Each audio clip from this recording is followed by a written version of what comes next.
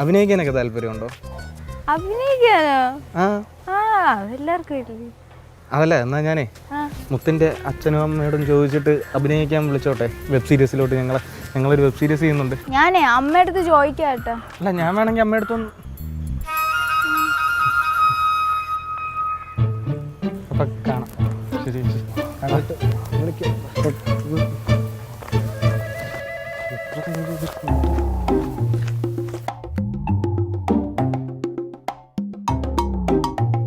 നമ്മളിവിടെ ഈ അവിടെ പോയി പുരാണമൊക്കെ വിളമ്പാൻ ഇവള് ആരെവള് അഭിനയിക്കാൻ നടക്കണവള്?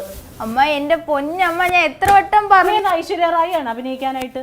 അമ്മ അതിന് ഞാൻ അങ്ങോട്ട് പോയി പറഞ്ഞില്ല. ആ ചേട്ടന്മാരൊന്ന് ചോദിച്ചപ്പോ ഞാൻ മറുപടി പറയണ്ടേ അമ്മ ഒരാളടുത്ത്? എന്തിനാ മറുപടി പറയാതെ ഇങ്ങോട്ട് പോന്നാ മതി.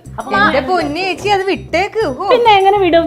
ഇവിടെ ട്യൂഷൻ വിടാൻ കരക്കാരോട് വർത്താനം പറഞ്ഞുകൊണ്ട് നടക്കാൻ വേണ്ടിട്ടാണോ? നമ്മൾ ഇന്നാള് കണ്ട നല്ല ചേട്ടന്മാർ അപ്പൊ അവിടെ വന്നിരുന്നപ്പോ ചോദിച്ചപ്പോ തുറന്നു നോക്കി. നിന്നോടൊരു കാര്യം പറയാം, പരിചയമില്ലാത്തവരോട് സംസാരിക്കാതിരിക്കണം തന്നെയാ നല്ലത്.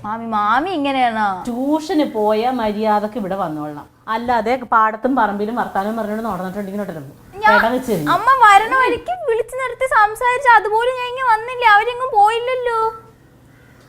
എങ്ങനെയെങ്കിലും ആ സ്കൂളൊന്ന് തുറന്നാ മതിയായിരുന്നു. ഓരോന്ന് കേൾക്കുമ്പോ പേടിയാവണം എന്റെ പൊന്ന് ലില്ലി. പത്രത്തിൽ പേടിക്കാനായിട്ടിരിക്കുകയാണ്.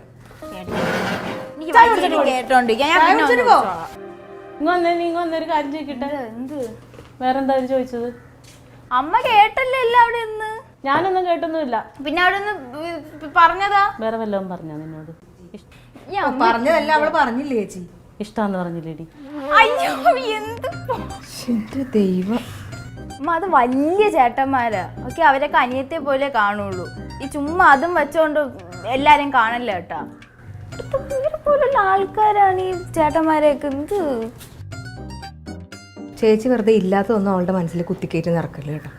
ഇല്ലാത്ത നിനക്ക് രണ്ടെണ്ണം വളർന്നു വന്നിട്ടല്ല, അന്നേരം നീ ഇത് തന്നെ പറയും.